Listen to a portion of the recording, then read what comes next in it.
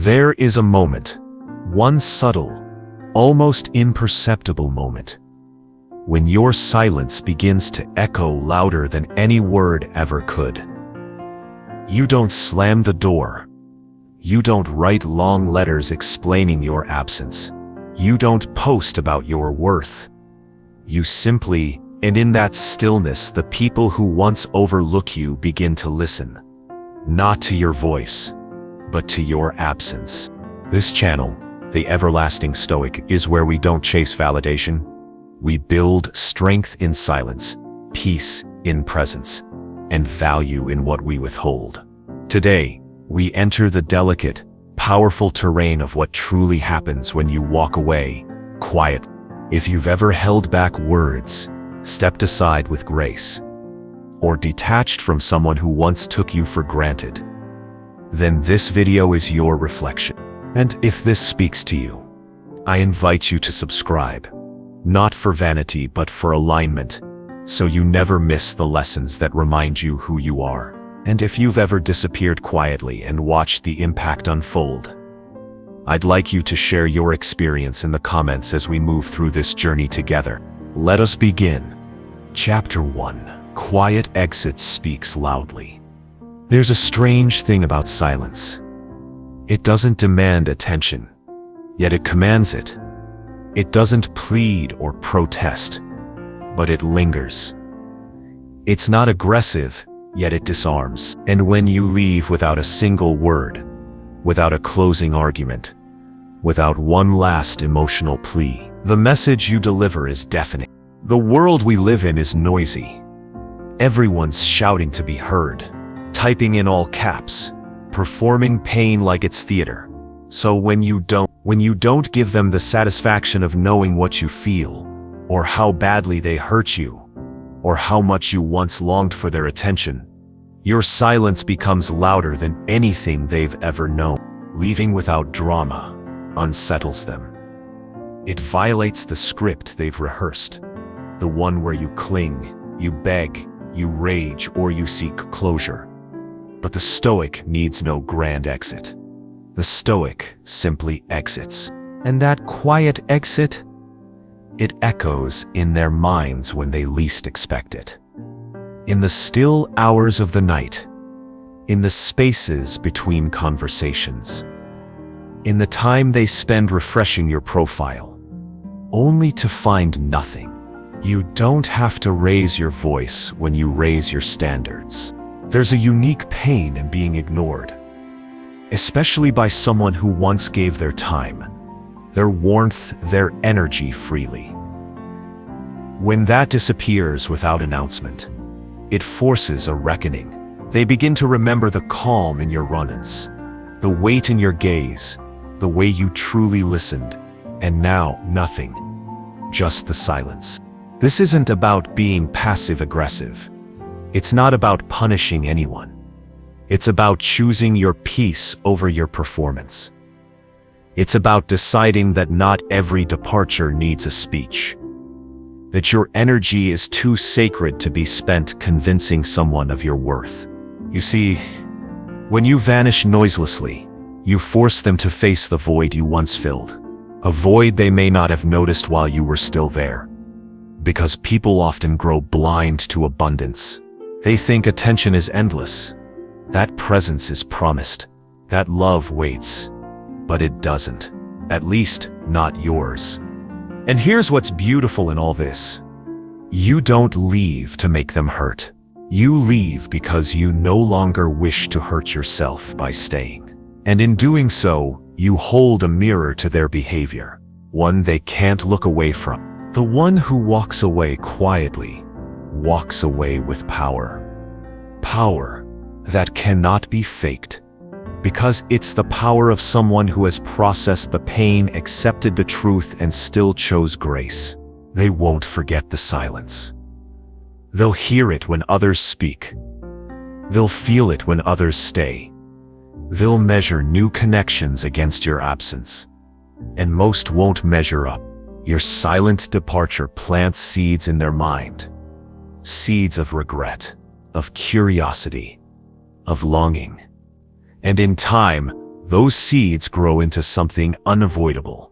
They may pretend it doesn't affect them. They may distract themselves. But the truth, it haunts them. Because you gave them nothing to hold on to. No closure. No final sentence. Just space. And in that space, the pain finds them. Have you ever walked away silently? Not out of spite, but out of self-respect? Share the moment, if you feel called, in the comments below. Let others know that stillness can roar. At Chapter 2, Control Your Emotions. There is a storm inside all of us. Especially when we've been betrayed, dismissed, or overlooked by someone we gave our time, our heart, or our vulnerability to. The impulse is strong, to lash out, to demand justice, to ask why, but the Stoic knows. The strongest person in the room is the one who does not need to be understood to feel secure.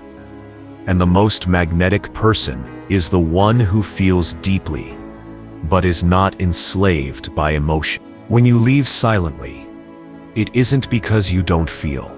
It's because you've learned how to hold what you feel without letting it spill. You've chosen to channel your pain into dignity. You've chosen restraint over reaction. You've chosen clarity over chaos. This doesn't come easy. It's forged in discomfort. It requires practice. Because our emotional instinct is primal. We want to be seen, heard, validated. We want to scream, "Look what you did to me." But mastery is when you no longer need the other person to admit they were wrong in order for you to know that you were right to walk away. To control your emotions is not to suppress them. It is to refine them. You don't bottle your rage or sadness or grief. You observe them. You honor them. But you do not give them the wheel. Because once they drive, they take you to places you later wish you hadn't gone.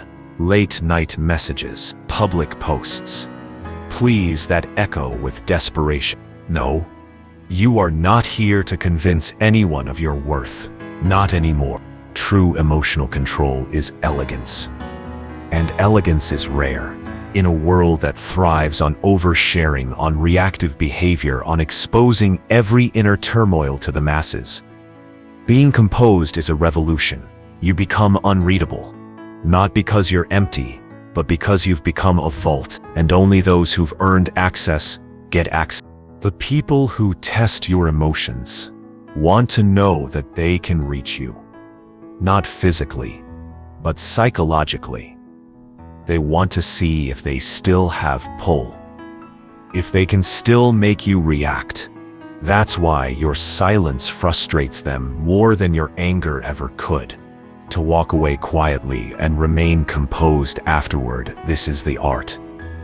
Because the silence is the first blow. But the ongoing stillness, that's the lingering sting. They might reach out. They might try to bait a reaction. They might play the just checking on you game. But if you've done the inner work, you won't fall for it. You'll know what they're really checking is whether you still need them. And the answer is no. Controlling your emotions doesn't mean you're unaffected. It means you've matured beyond the need for chaos. It means you're loyal to your peace. And peace is louder than drama. Only not to the world, but to the soul. So how do you get there? Not overnight, but by practicing presence. By breathing before responding. By speaking only when your words improve the silence. And by remembering that every time you maintain your calm, you teach yourself and them who holds the real power. Let me ask you, have you ever surprised yourself with your calm? Walked away when you once would have stayed and pleaded? If so, write about that transformation below. You may inspire someone still learning how to choose peace over passion. You don't owe the world your turmoil. You owe yourself your discipline. Chapter 3. You don't beg for what's yours. There is a line that divides those who understand their worth from those still trying to prove it. And that line, quiet, clear, and irreversible, is drawn the moment you realize you never again have to beg for what already belongs to you. Not love, not loyalty, not respect, and certainly not presence. These things, when real, never need to be dragged into your life kicking and screaming. They come willingly, or they don't come at all. The moment you leave silently, you are crossing that line. Not with resentment, not with bitterness, but with a quiet understanding. If someone does not see your value, it is not your job to scream it from rooftops. You do not chase, you do not plead, you do not perform acts of desperation under the illusion that someone else's validation will complete you. You have already chosen you, and that in itself is the boldest declaration of worth. The world teaches us to perform for affection.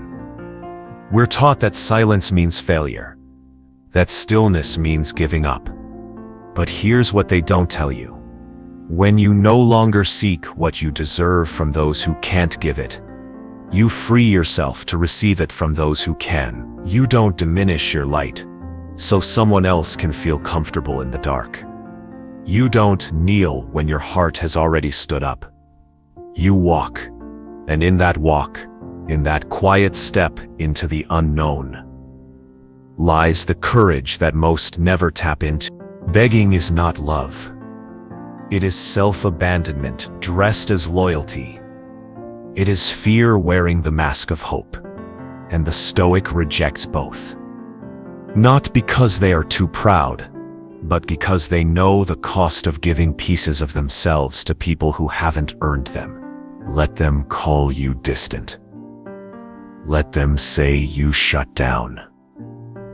They don't understand what it took for you to remain open in a world that kept asking you to close.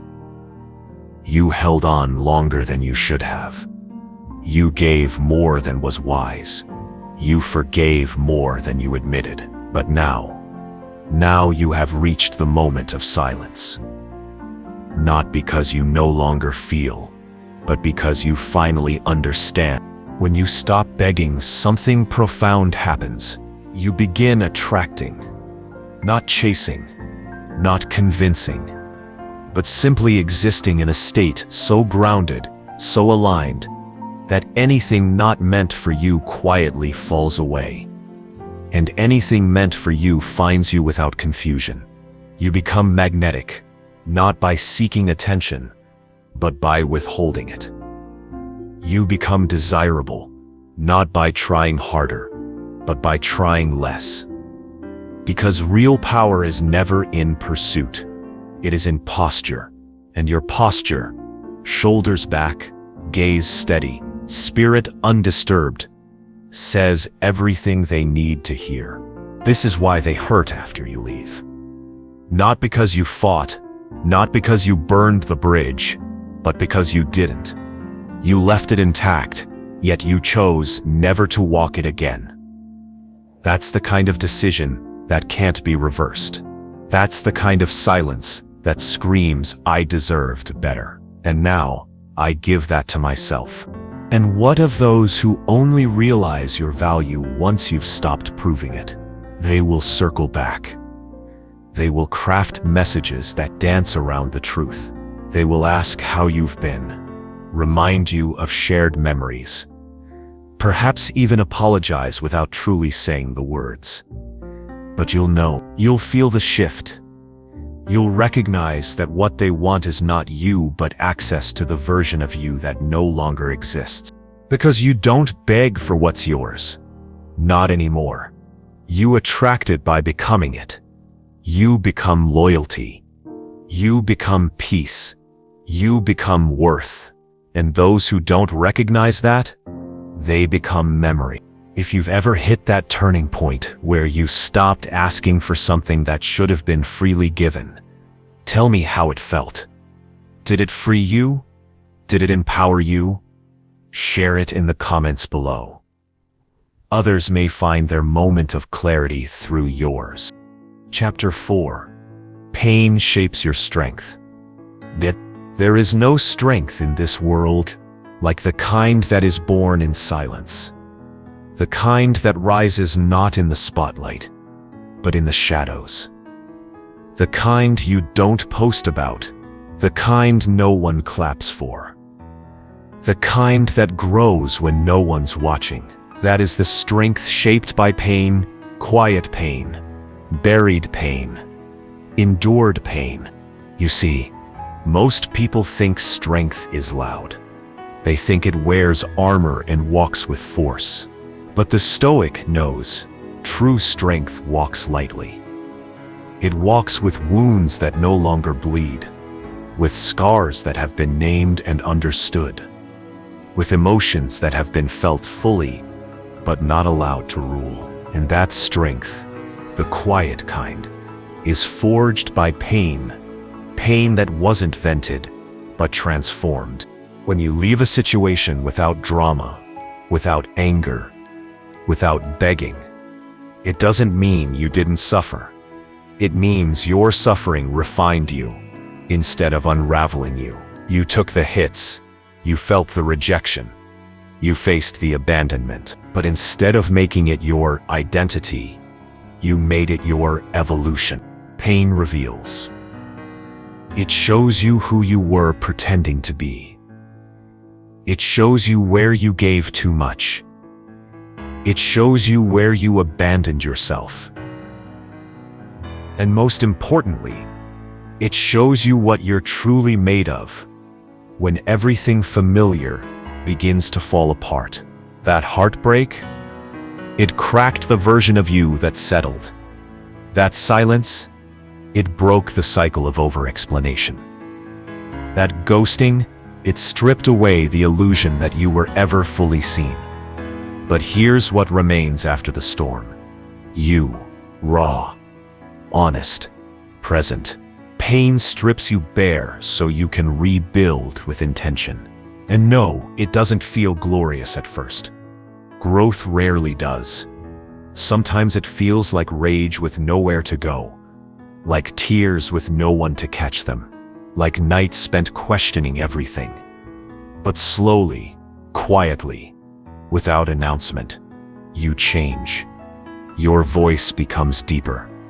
Your eyes become wiser. Your energy becomes quieter, sharper, more discerning. And those who hurt you, they don't get to see this version of you.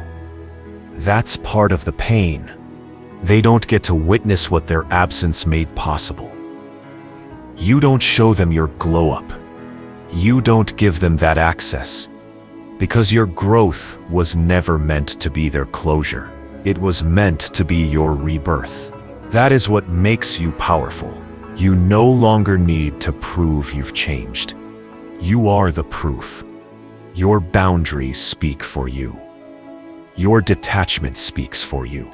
Your peace speaks for you. Your presence, when you allow it, is so commanding that it unsettles those who once took it for granted. And that strength, it's different from before. It's not built on walls or cynicism. It's built on self-knowledge, on clarity, on the deep-rooted understanding that pain is not your enemy, it is your mentor. It taught you what to never allow again, what to never chase again, who to never become again. That's why the people who cause the pain are often shocked by your silence. They expect the old you, the one who explained too much, forgave too fast, waited too long. But that version died quietly and was reborn stronger, deeper, and more grounded than ever before. Let your pain shape you. Let it mold your character. Refine your focus, strengthen your resolve. You are not weak for having felt deeply. You are strong for having stood back up without becoming bitter. If pain has ever been your teacher, and I know it has, write below what it taught you. Your lesson might become someone else's survival story. Chapter 5. Your focus. reflects them. They say that attention is the rarest and purest form of generosity. So when you remove yours, it's not just a shift in behavior, it's a profound declaration.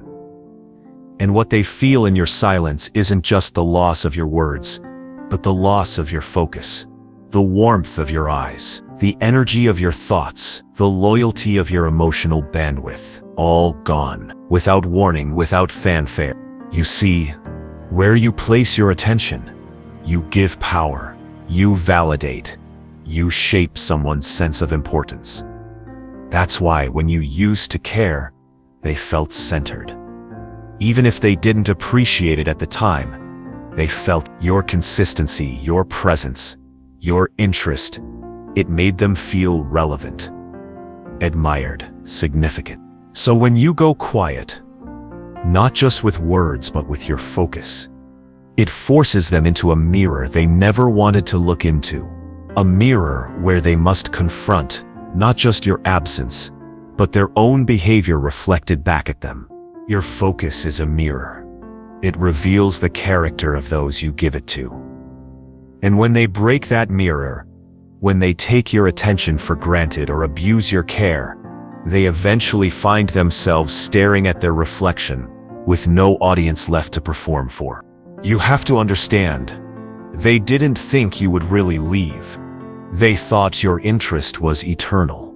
They confused your devotion with dependency. They thought you'd always be there, checking in, liking their posts, reaching out on holidays, keeping the thread alive. But when you stopped, when your focus turned inward, that's when the silence truly began to sting. Because it wasn't just about you not speaking. It was about you no longer seeing them. People crave attention more than they crave connection. And the moment you remove yours, they feel erased. They might not admit it. They might pretend they don't notice. But trust me, they notice. They notice when your name no longer lights up their inbox, when your thoughtful comments vanish, when your energy no longer orbits around theirs. That's when they realize the gravity you carry. And here's the twist. When your focus turns inward, when you invest it into your goals, your peace, your growth, they feel it even more. Because now, your life begins to reflect all the energy you once gave to them. You start to shine, you rise, you refine. And none of it includes them. That's the most humbling experience for someone who thought they'd always be at the center of your world, to watch you build a new one without them. So let your focus be your reply. Let your growth be your answer. You don't need to send messages. You don't need to explain your silence. You don't need to argue about who was right. The life you create in their absence speaks volumes. Now let me ask you, have you ever reclaimed your focus from someone who didn't deserve it? What changed for you when you did? Drop a comment below, because that shift, that moment when you stop orbiting around someone else's chaos, is where your real life begins. Chapter 6. Their mind fills the gap. When you vanish without theatrics, without an explanation, without a parting monologue, something strange begins to unfold. Not in your world, but in theirs. You leave a space, not a loud space, a quiet one. But that space is not empty, it becomes a gap, and nature abhors a vacuum. The human mind, even more so. And so they fill that gap, not with truth, but with projection, with memories, with regret, with question. They begin to wonder, and that wondering becomes its own prison. This is the psychological aftermath of your silence. Because when someone who used to be ever present suddenly becomes a ghost, not one who haunts with desperation, but one who simply isn't, the mind scrambles for resolution. Why did they stop? Were they ever real? Did they get tired of me? Are they with someone else now? These questions don't need your help to form. Your absence alone is enough to trigger them. In fact, your silence amplifies them. Here's the key. You didn't explain. You didn't rant. You didn't give them something clean to latch onto. You gave them silence. And in that silence, the mind becomes desperate to create a narrative. Some will project blame. Some will craft stories to protect their ego. Others, those with deeper awareness, will begin to see the truth. Not all at once, but piece by piece. And the more time passes, the sharper the picture becomes. Because you see, when you disappear with no dramatic exit, they can't villainize you. They can't point to the fight. They can't mock the meltdown. You gave them nothing to distort. So what's left? Just them. Their own behavior. Their choices. Their actions.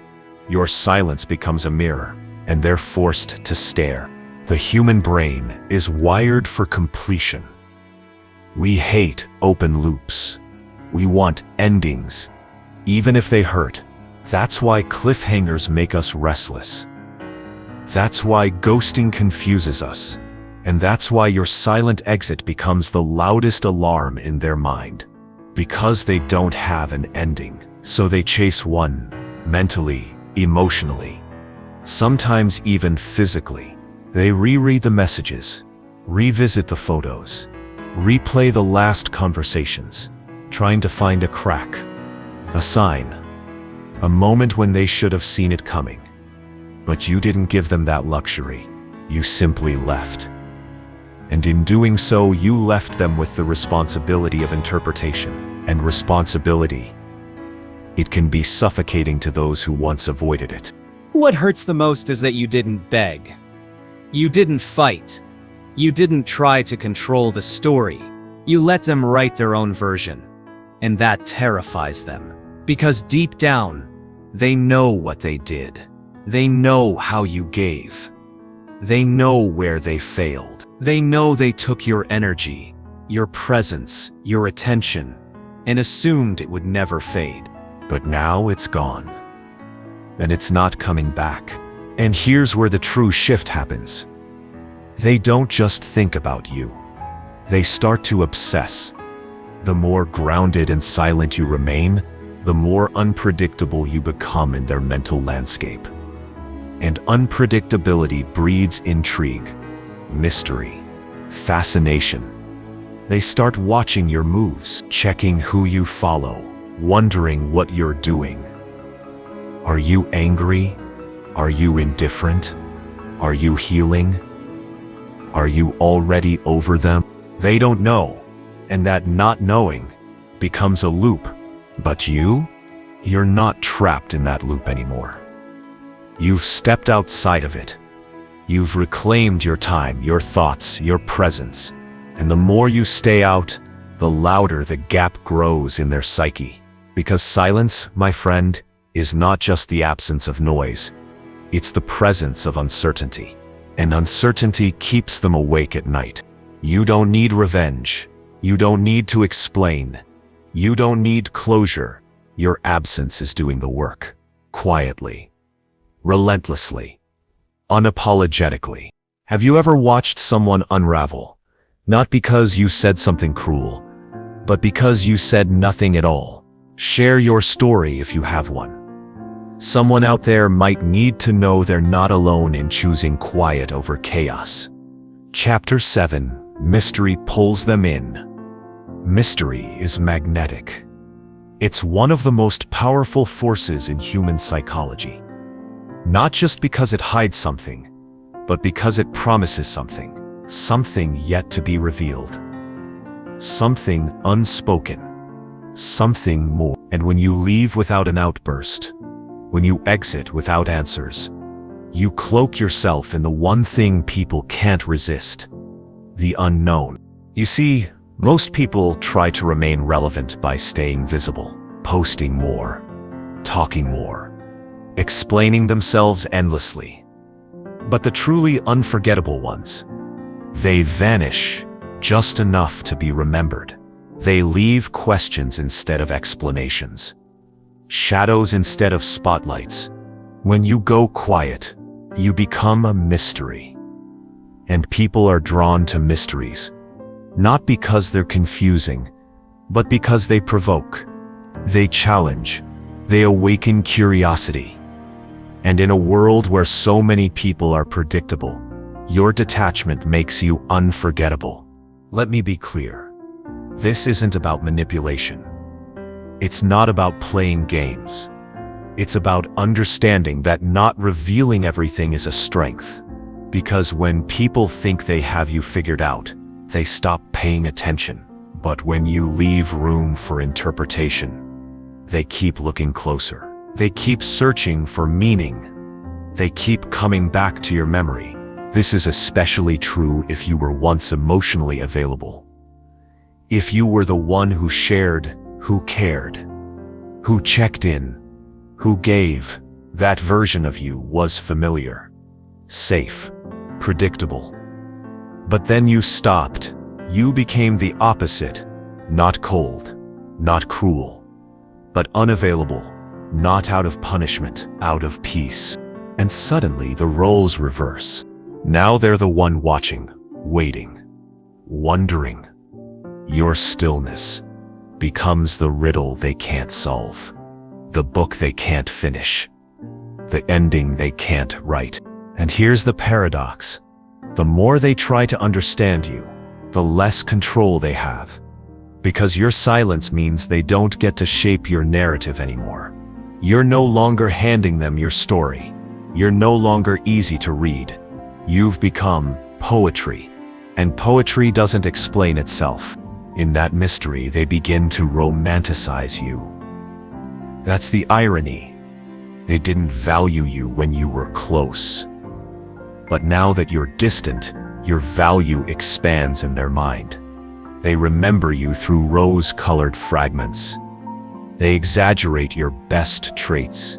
They reinterpret your silence as strength, and that reinterpretation becomes obsession. It's not just about what you said. It's about what you didn't say. It's not just about how you loved. It's about how you withdrew that love with dignity.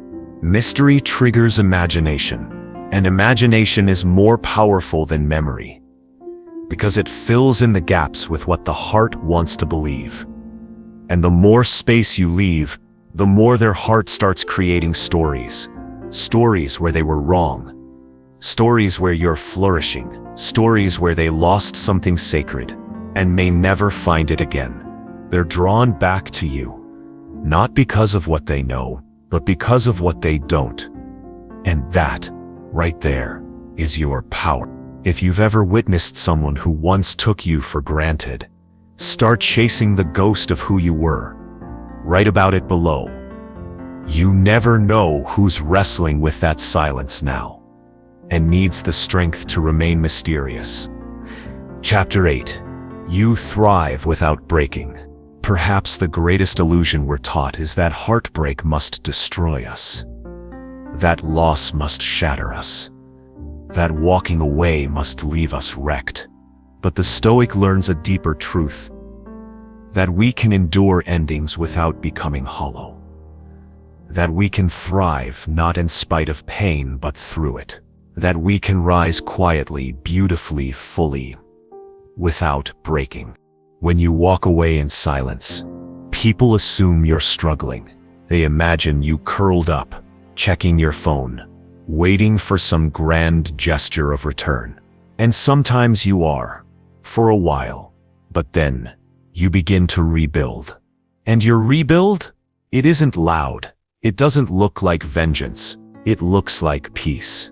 It looks like sleeping through the night, drinking water, reading again, lifting heavier, laughing harder. They don't expect that, because they were used to your dependence, your availability, your emotional response. And when that's gone, truly gone, it's jarring. But when they see you thriving, when they realize you've chosen yourself, not to prove anything, but simply because it was time, that's when the real impact lands. You're not hiding. You're not plotting. You're living. And your living doesn't include them. That truth is heavier than any argument could be. You didn't destroy them. You simply stopped including them. And that exclusion, elegant, silent, and final, is unforgettable.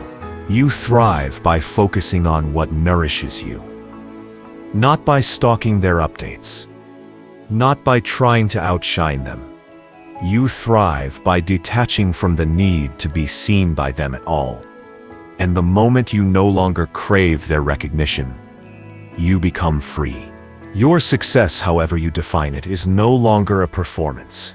It's your reality, whether it's your career, your health, your peace, or your spiritual grounding. It begins to bloom, and they watch, sometimes from afar, sometimes through mutual connections, sometimes through late-night scrolls, and what they see is someone who didn't just survive but evolved. And that stings in a way no words ever could. Because deep down, they expected you to stay small, to stay wounded, to stay caught in the same loop. But you broke the pattern. You exited with silence, and now you live with purpose. Thriving doesn't mean perfection, it means presence. You are present again. In your life, in your body, in your choices. You're no longer reacting. You're creating peace, creating joy, creating new standards that others must now rise to meet. And you're doing all this without them. Let that truth settle. You are allowed to become someone they can no longer access, not because you're punishing them, but because you've simply outgrown what once held you back. Have you ever reached a point where you didn't just heal, you thrived? If you're there now, or even just stepping toward it, tell us what changed. Others need that reminder, that it's possible to grow silently and powerfully beyond what once tried to break you. Chapter 9. They miss your presence. There is a certain warmth that only some people bring into a room. Quiet, but undeniable. It's not in what they say, or even what they do. It's in their presence, the way they listen, the way they notice, the way they hold space for others, without needing attention in return. And when that presence is gone, its absence is felt more deeply than noise ever could be. You were that presence. Even if they never said it, even if they shrugged it off, even if they treated your time and attention as if they were infinite resources, they felt you. And now that you've stepped away, now that you've withdrawn your energy with no drama, no fanfare, and no explanation, they feel what's missing. They miss the small things first. The reliable replies, the thoughtful check-ins, the way you seemed to sense when something was wrong. Even when they didn't say a word, they miss the calm you brought to their chaos. The way you anchored the atmosphere without needing to control it. You weren't just someone they talked to. You were someone they returned to. And now, that safe place is gone. They scroll back through conversations, trying to feel the warmth again. But text is colder in hindsight. It doesn't hug back. It doesn't reassure. They stare at your old photos, your quiet captions, your traces online, searching for a sign that you're still reachable. But you're not reaching. You're not chasing. You're not performing the role they got used to seeing you in. This is the paradox of presence. While you're there, they think they have forever. But the second you leave, they realize what they never truly appreciated. And the realization doesn't arrive like a thunderstorm. It comes in waves, slow, quiet, cumulative. They miss you in unexpected ways, in crowded places, in laughter that feels thinner without you, in moments they would have shared, but now don't know how. They miss your emotional availability, the way you held space for their complaints, their insecurities, their dreams. And most of all, they miss the feeling of being seen. Because with you, they didn't have to perform. You accepted the raw version. You celebrated it. But now, they're surrounded by surface-level connections, shallow affirmations that don't land the same way. And here's what hurts them the most. They don't know how to get back to you. Because your silence wasn't a tactic. It was a transition. You're not withholding affection. You've redirected it inward. Your presence hasn't disappeared. It's just no longer for them. And in their solitude, they begin to understand what it means to be missed, not for your body, not for your usefulness, not for your attention, but for your essence. You were a presence, not a role. You were a soul, not a function. And now they sit with the echo of that absence and ache. Maybe they reach out, maybe they don't. But even if they do, they'll find that what they're looking for no longer exists in the same form. You've changed, you've grown. You've become someone who no longer offers their presence to those who cannot honor it. Let me ask you this. Has someone ever come back into your life just to say, I didn't realize what I had?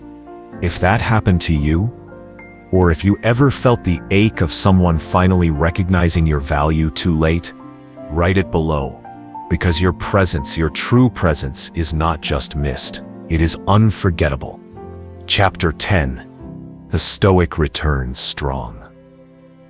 In silence. You didn't disappear. You refined. You didn't fall apart. You recalibrated. And now, after the quiet, after the self-work, after the nights no one saw, you return. Not to them, but to yourself. The Stoic doesn't come back with a vengeance. He comes back with vision, clear, rooted, calm, strong. Not the strength that seeks to dominate or control, but the strength that radiates from within. The kind that doesn't require an audience to feel real. You return stronger because you let the silence shape you. You allowed space to clean out the noise. You let go of who you were taught to be, who you pretended to be, who you were when you needed their approval. And now, you're something else entirely. Not a harsher version, a truer one. And this version of you, it moves differently. You no longer seek connection to escape loneliness. You find solitude nourishing. You no longer speak to be understood. You speak when it serves clarity. You don't engage to be chosen. You choose yourself with conviction, and others must meet you there. This is the Stoic's return.